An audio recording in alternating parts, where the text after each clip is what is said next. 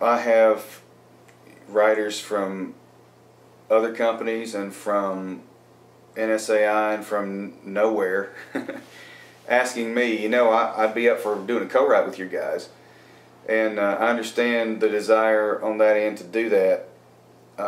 Where I'm coming from is, in 22 years on Music Row, my game has changed. When I started, if I had a great song, it wasn't a matter of if I would get it recorded. It was a matter of how long it would take me to get it recorded and how big of an artist could I get on it. And 20 years later, the game has changed. We have more artists writing their own songs today. And so my role has become less of a song plugger and more of a writer-manager. And so when you're managing someone's career, you take into account every move, the pros and the cons.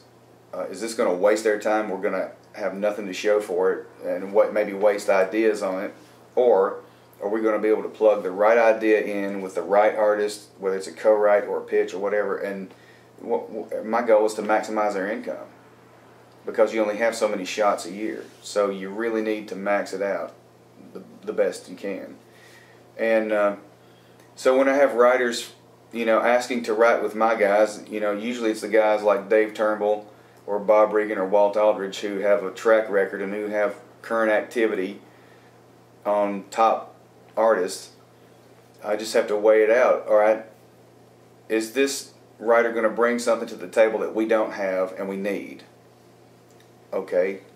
Or is this writer going to bring something to my writer that's going to make them better or more current or more hip in a way?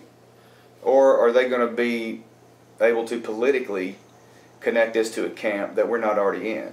It sounds selfish, but what are we going to gain from it? A good deal is only good if it's good for everyone involved.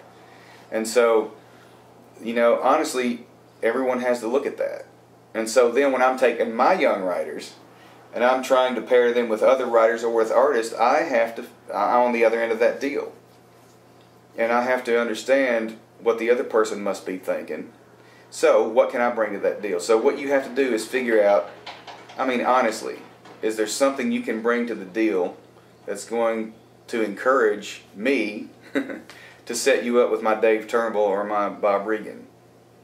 Why is this going to be a good deal for me? Or are you just saying, hey, throw me a coattail, let me hang on here, because that's not desirable from my standpoint or any other publisher's standpoint. So it comes to that. You either have to have a handful of great ideas that you can bring in, or some angle.